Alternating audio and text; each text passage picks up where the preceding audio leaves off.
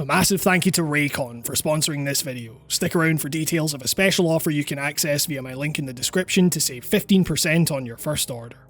You know, there was a point early on in The Last of Us Part 2 where something felt a little off. I'd been extremely skeptical of a sequel from its announcement a couple of years back. So perfect was the original's ending in its self-contained ambiguity that I didn't want a follow-up telling me exactly what went down and how I should feel about it. But that wasn't necessarily what fell off to me as I started playing when Sony sent me a code a few days before release. I'd heard so much from people sticking their noses up at the fact that this game was apparently going to be really dark and violent and miserable, and how that apparently made it inherently bad for some reason. And yet here I was, strumming away in a remarkably robust guitar simulator where you can technically pick individual strings. After a leisurely stroll through town, I was being taught the fundamentals of combat through a snowball fight with some kids. The original had Joel's young daughter shot dead in the first 15 minutes. This, by comparison, is downright adorable. And honestly, at least at this early point in the game, I was all in on this slower world building. One of the more interesting aspects of the first game's central relationship revolved around the clash of Joel's experience of life pre-apocalypse and Ellie knowing only what it's like to live under its oppressive force. The sequel, on the other hand, starts off by smashing those two frames of reference together. On the surface, some ground seems to have been made by the people of this world in reclaiming some semblance of normalcy. This is a world where Ellie now gets to experience some of the bliss of before time's mundanity. It's a world of suburbs, where seemingly everyone has a massive TV and cars sit parked in driveways. There's basic municipal functions, schools and graveyards. People teach their kids to walk in bustling streets, they fall in love at crowded bars. It's all a bit high school drama for sure, but contrary to the first game, it's a world in which high school drama gets to happen. Survival isn't the only concern anymore. Sometimes it's trying to find guitar strings. And yet, that sting of those more difficult times still hums underneath it all. A story gets told about a kid falling off a skateboard, yet almost as normal as that is the fact that the kid was carrying a knife. Of course they were, you're not going to have a kid venturing outside unarmed, right? Such is the latent danger that still permeates this world, all the more insidious thanks to its veil of normality. Because it absolutely is a veil, and the moment that final golf club blow comes down is the point at which that veil is ripped away. The coziness of the town of Jackson begins to seem more and more like an anomaly, less like a victory over the apocalypse and more a last-ditch defense against the fact that the outside world has only grown more disturbing, unmanageable over time. Humanity is losing this battle. And this facade of normalcy not only applies to Jackson as a place, but the people within it, putting on a brave face while desperately trying to contain their pain, their more unpleasant qualities to maintain order. And that swing of the golf club is where everything snaps. People are about to change. Things are going to get brutal. I was kind of thrilled by that long intro. As much as it stung to lose Joel so early on, it set off all these questions of how they were going to resolve the agonising blow of the first game's ending. How is Ellie going to make peace with the fact that Joel obviously lied to her now? How is she going to react to this and the obvious trauma that comes along with it? And what progresses from there is a lot. It's an examination of revenge and the unhealthy, unproductive obsessions that can form in its name, the relationships it can cost. It's about how Ellie's obsession grows the more we learn that the people she's seeking vengeance against were definitely justified in wanting Joel dead. Perhaps you start to think, is Ellie angry that they took Joel away from her, or just the chance to gain true closure on the Firefly incident? At the end of the day, does it even matter when this is what results from it? These are interesting, character-focused questions that for the first few chapters the game makes an attempt to confront. But the further I get from beating part 2, I feel significantly less confident in saying that the game actually follows through on all this stuff.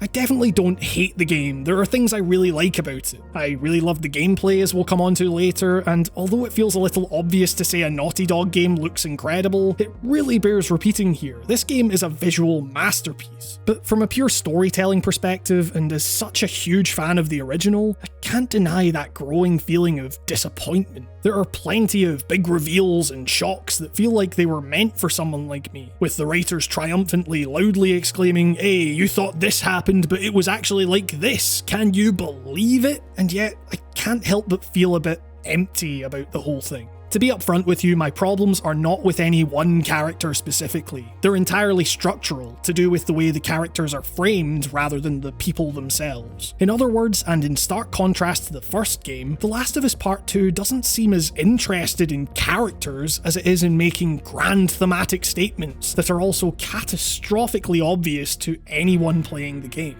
Let me explain. The theming of the original Last of Us was not its strong suit. In fact, its overarching premise of man is the real monster is precisely what leads some people to this day to write it off as generic zombie fiction. To me though, The Last of Us took this generic framework and used it as a jumping off point to build up two characters within it. The tried and true genre trappings testing the relationship between Joel and Ellie, with vignette style storytelling shifting focus away from its actually fairly minor main plot. Instead, trusting players to fill in the blanks of how these intimate snapshots of apocalyptic life would affect this specific bond over time. The game didn't have to rely on extreme twists and turns. Its tension actually became more unsettling precisely because you knew exactly what was coming. Tess and Sam were always going to turn. Joel wasn't going to let Ellie die. We know man is the monster, we're just anxiously wondering when that transformation is going to happen here, or more worryingly, when it did occur and how we missed it. As a direct result of this laser focus on character rather than preaching some trite theme about how evil mankind is, there are so many striking moments in there that I will likely never forget.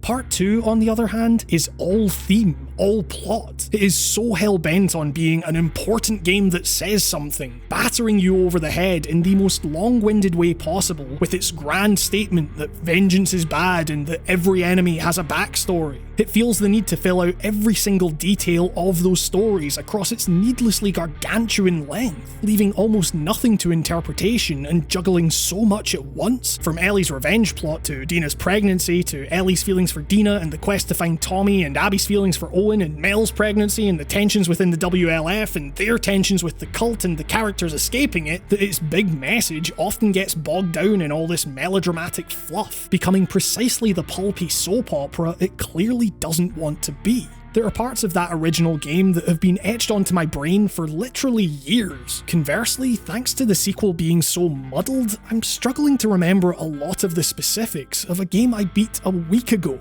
And it all stems from one of the most baffling structural decisions I think I've ever seen in a game with such narrative pedigree. It starts off with good enough intentions. Ellie has found Tommy and they have a chance to regroup at the theatre. As with so many moments in which you think you can relax in this game though, things are immediately flipped on their head as Abby, the member of the WLF that killed Joel, and target number 1 on Ellie's revenge list, gets the jump on them. Jesse dies in an instant, Tommy is on the ground and Ellie is seemingly forced to surrender. After a fairly plodding few hours story-wise in which Ellie kills her way through various arenas, things are seemingly coming to a head. Abby is furious, proclaiming all her friends dead, lamenting the fact that she gave Ellie a chance to live and she wasted it. And just as you're most worried about how Ellie is going to get out of this, the game jumps to flashback and we're finally given the reason Abby was so set on killing Joel. Her dad was, in fact, the surgeon that Joel so mercilessly slaughtered on his rampage to rescue Ellie. After that searing revelation, which not only informed us of why Abby and her crew did what they did, but offered some fascinating insight into characters like Marlene, and also by necessity changed some theories I've long held about the original's ending that somewhat date a couple of details in my last video, I was revved up to get back to that theatre. We suddenly had so much more context for a complicated showdown. Abby's brutality was no longer uninformed. It's not like Ellie's quest for vengeance was any less brutal or had any less of an effect on how I viewed her as a character. If Abby is the antagonist, Ellie is just as bad. The two are on equal footing now. The game is capping off the point it's been making to you the whole time. Every single enemy you killed, every life you snuffed out, was its own story just like yours. And I was desperate to see how the game would resolve that tension. I was ready to get back to that theatre. And then it cuts to another, more recent flashback.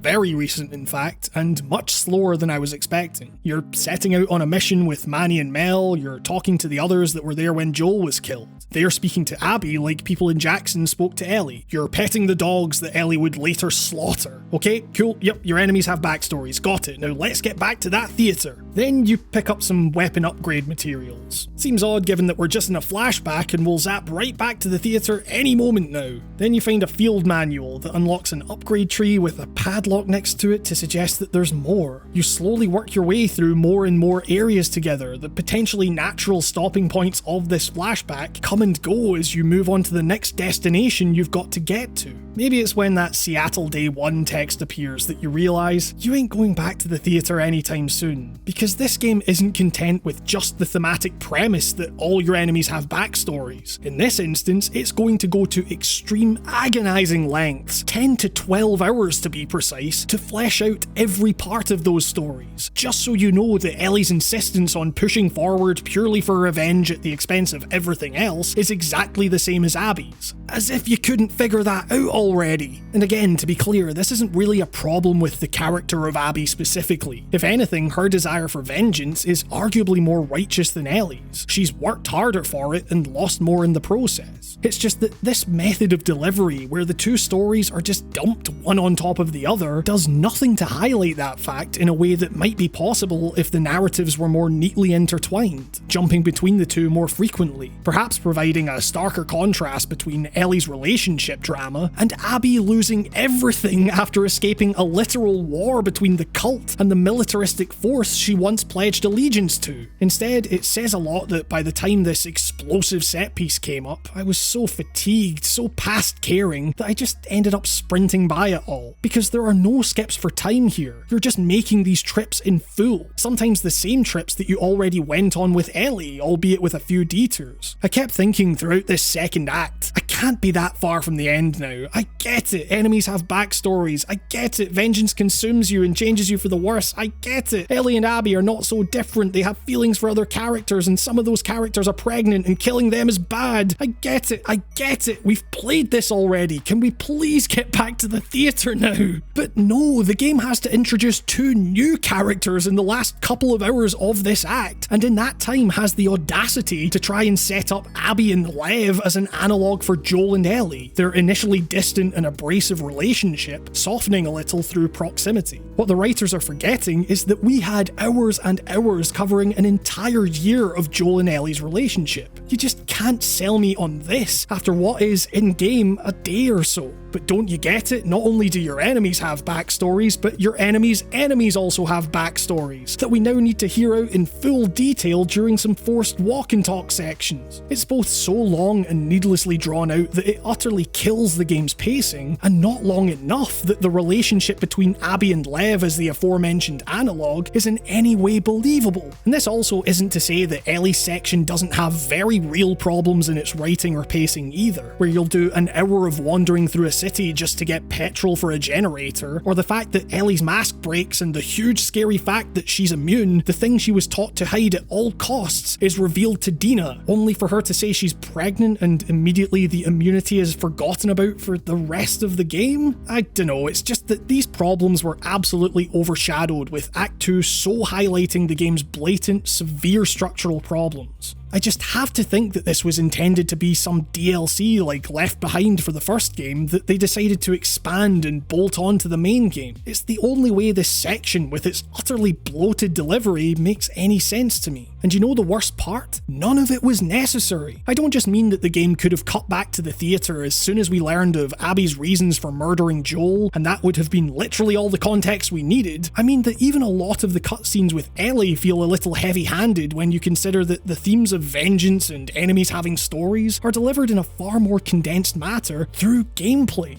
And I know that sounds nuts considering I've seen so many people declare The Last of Us gameplay as not just unenjoyable, but entirely separate from its plot. I just don't see it that way. I don't think these games would work without the gameplay exactly as it is. It's clunky, but it's meant to be. Joel is hardened by 20 years of pure apocalyptic survival. Ellie is driven by revenge, but neither are superhuman. They're just people facing off against a world of other people. And so you can plan out your approach all you want, but all it takes is one distant enemy turning slightly, and suddenly everything descends into absolute chaos. Fumbling around with your backpack trying to grab a weapon that you might have forgotten to reload before the fight, proceeding to frantically mash square to hopefully pulverize your enemy's brains instead, chucking whatever bricks and bombs you can find at one lowly hostile while you rush for cover. It's a remarkably dynamic system that sees you leaving almost every encounter a little breathless. And what's more, both games incentivize engaging with the brutality of this world in the same way. Hell, this is a series where you could try and sneak past a good deal of encounters, but if you kill everyone, you suddenly get free reign to run over those still warm bodies, mashing triangle to pick up everything that isn't nailed down. And in a game where something as simple as a full clip can feel like an absolute blessing, drastically affecting the tide of future battles, you become trained to view any arena on which hearts are left beating as a missed opportunity, something you'll kick yourself for down the line when you suddenly run out of bullets for the next gun lined up in your holster. And as far as the original was concerned, this chaotic series of events was in service of framing the violence that so dominated this world as desperate and instinctual, a purely survivalist endeavour. As Joel, you weren't even really thinking about how many people you just murdered. There were enemies rushing you in all directions. It's not like you had time to consider being nice and taking the non-lethal route, right? The second game differs in a few ways, with its heightened options for stealth and the ability to craft ammo leaving you feeling comparatively armed to the teeth. This, instead, frames the violence as something less defensive and more conscious, at times turning you from hunted to hunter, as you watch the hostiles try to organise themselves enough to weed you out while you flank them from the shadows. It's every bit as wild and improvisatory as the first game, but it's not so survival oriented. You're given options with which to toy with your prey a little, and in a way strikingly similar to Spec Ops: The Line, I could swear that the further I progressed into Ellie's story, the more she killed and got used to killing, her post-battle mumblings only became more gnarled.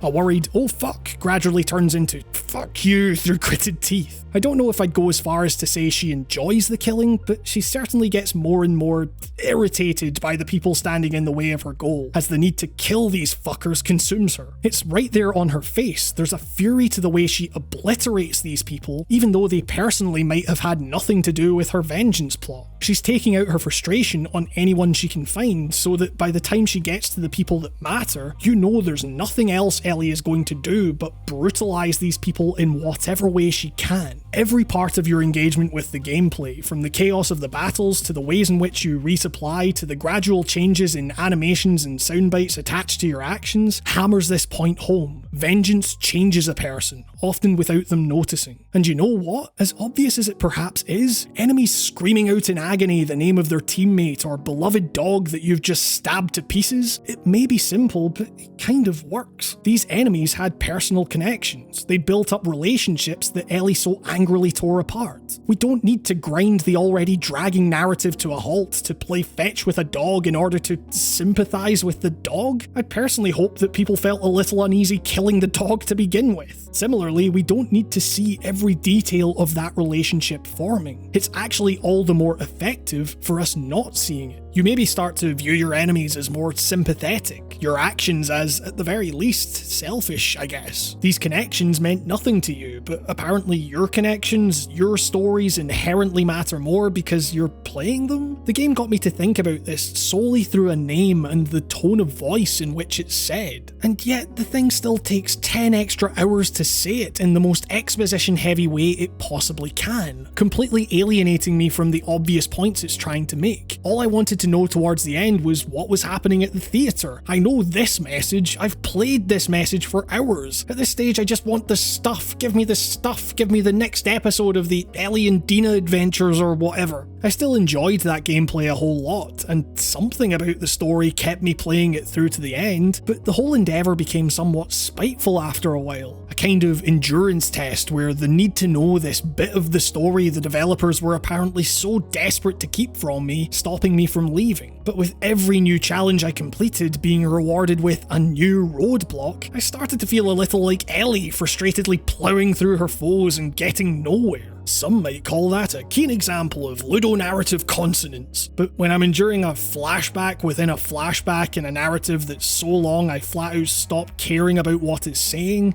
I'm more inclined to just call it inefficient storytelling. That said, I can't deny that my favourite moment in The Last of Us Part 2 is assuredly one of those flashback sequences. Specifically, it's the trip Joel and Ellie go on to the museum for her birthday, and mostly they just have a bit of a wander about. You talk to Joel about various dinosaurs, you venture to the astronomy section and regale him with space facts. In a genuinely sweet moment, Joel reveals the big surprise Ellie's been waiting for as they enter a model space capsule. It's a tape, a recording of a liftoff procedure. She closes her eyes and goes off into her own wee world, a momentary blissful escape from everything, the chance to imagine something beyond this. And what I really love about this sequence is that it is in no way focused on the plot. Nothing really moves forward here, it's just a reprieve from the endless brutality of everything and another fragmented window into Joel and Ellie's continued relationship past the first game. There's all these little details sprinkled throughout that the game refrains from making a big deal of. Like, Ellie can swim now, and that's kind of wild given how critical her inability to swim was to the first game. And yet, the game treats it like it's nothing, suggesting that in the 2 years since the ending of the original, Joel taught her. Safety isn't the sole concern anymore. He's impressed with her knowledge as a dad would be of their own daughter. And given the leisurely nature of it all, you're led to possibly believe that things may have been worked out between the two of them to some extent. But a section later on sees Ellie on her own, providing you with ammo and distraction items, setting you up for what feels like an inevitable combat or escape sequence, before pulling the rug out from under you by rendering the threat totally innocuous. After all this, something stops Ellie in her tracks. As Joel bursts in, both the tension and the happiness that preceded it subside in favour of something more sombre. The Firefly logo, with liars written underneath.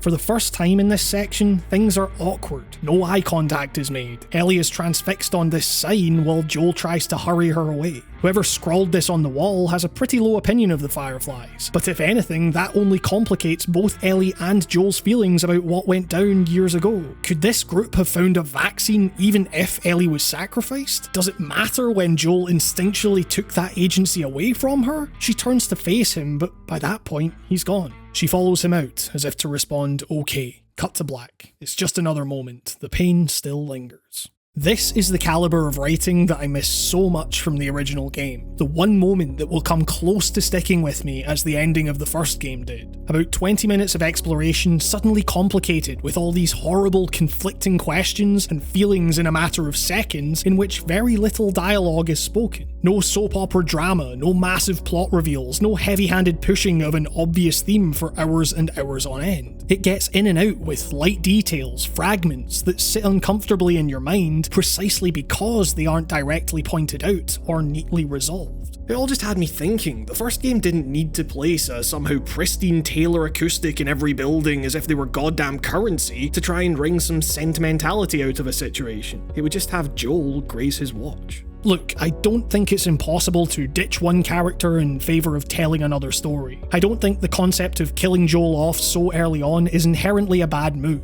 It's a bold risk and I can respect that on some level. But what did make me miss him, and ultimately where the game failed to pay off that risk, was the fact that regardless of your thoughts on him as a person, Joel's struggle to trust and open up to others makes him a pretty important character with which to deliver this kind of minimalist, detail-oriented storytelling. With him dies quiet ambiguity, the stuff that you want to say but can't, in favour of a larger narrative journey that wants to tell you very explicitly what is happening and how it's affecting people. And as negative as all this seems, I definitely did not hate my time with The Last of Us Part 2. It's just that in sacrificing what made the original's character interactions so gripping, I can't help but wonder whether or not all of this was better left unsaid. You know, maybe we should have just left it at okay.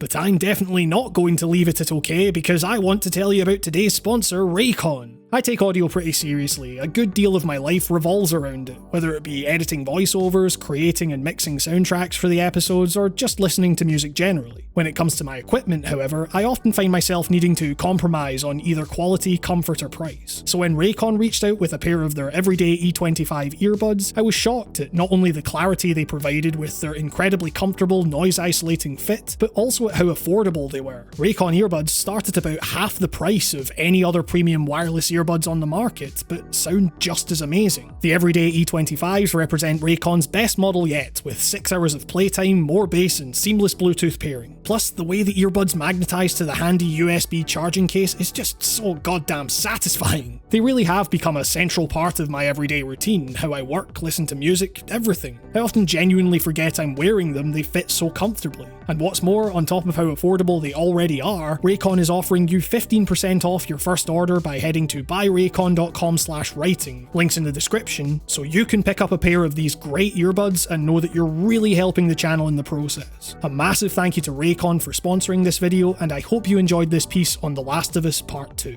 I'd like to sincerely thank my patrons here. Your continued support during this weird time is what allows me to keep making videos, and I can never thank you enough for that. If you feel like you can, and only if you feel like you can really help the channel continue, as well as get things like early access to ad-free video uploads by heading to patreon.com/writingongames and pledging only what you feel comfortable with. I am immensely grateful for your support in whatever form it takes. Special thanks go to Mark B. Writing, Artyom Vitsyuk, Ruth Knapman, Leah Chinello, Konstantinos Sakinis, Henry Milek, Hibi Amori, Rob, Bryce Snyder, Tommy Carver-Chaplin, David Björk, Lucas, Dallas Keane, William Fielder, my dad, Timothy Jones, The Nameless Guy, Ham Megas, Samuel Pickens, Shardfire, Anna Pimentel, Justin Solderness, and Charlie Yang. And with that, this has been another episode of Writing on Games. Thank you very much for watching, stay safe, and I will see you all next time.